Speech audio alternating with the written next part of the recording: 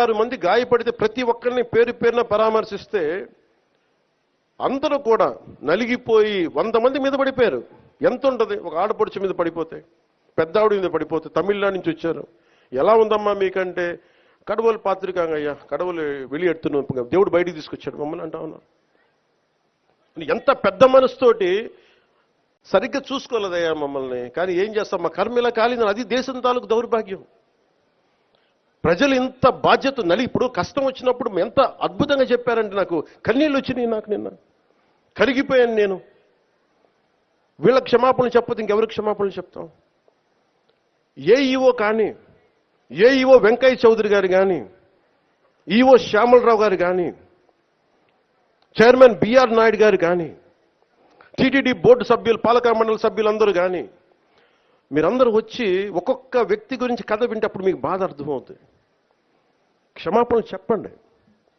మీరు క్షమాపణలు చెప్పి తీరాలి, వేరే దారి లేదు.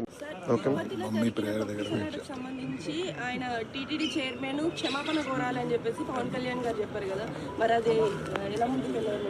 అదే ఆయన వ్యక్తిగత అభిప్రాయం కదండి. It is not Telugu Desam party stand. 6 మంది గాయపడితే ప్రతి ఒక్కరిని పేరు పేరున పరామర్శిస్తే అందరూ కూడా నలిగిపోయి 100 మంది మీద పడిపోయారు. ఎంత ఉంటుంది ఒక ఆడపడుచు మీద పడిపోతే, పెద్ద ఆవిడ మీద పడిపోతే, తమిళనాడు నుంచి వచ్చారు. ఎలా ఉందమ్మా మీకంటే, కడవలు పాత్రికాంగయ్యా, కడవలు వెళ్ళి దేవుడు బయటికి తీసుకొచ్చాడు మమ్మల్ని అంటా ఉన్నా. ఎంత పెద్ద మనసుతోటి సరిగ్గా చూసుకోలేదయ్యా మమ్మల్ని. కానీ ఏం చేస్తాం, మా కర్మిలా కాలింది. అది దేశం తాలూకు దౌర్భాగ్యం. ప్రజలు ఇంత బాధ్యత ఇప్పుడు కష్టం వచ్చినప్పుడు ఎంత అద్భుతంగా చెప్పారంటే నాకు కన్నీళ్ళు వచ్చినాయి. నాకు నిన్న కరిగిపోయాను నేను. వీళ్ళ క్షమాపణలు చెప్పదు ఇంకెవరికి క్షమాపణలు చెప్తాం?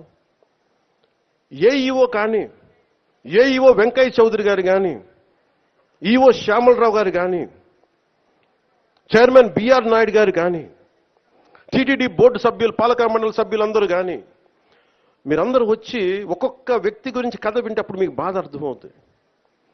క్షమాపణలు చెప్పండి. మీరు క్షమాపణలు చెప్పి తీరాలి, వేరే దారి లేదు.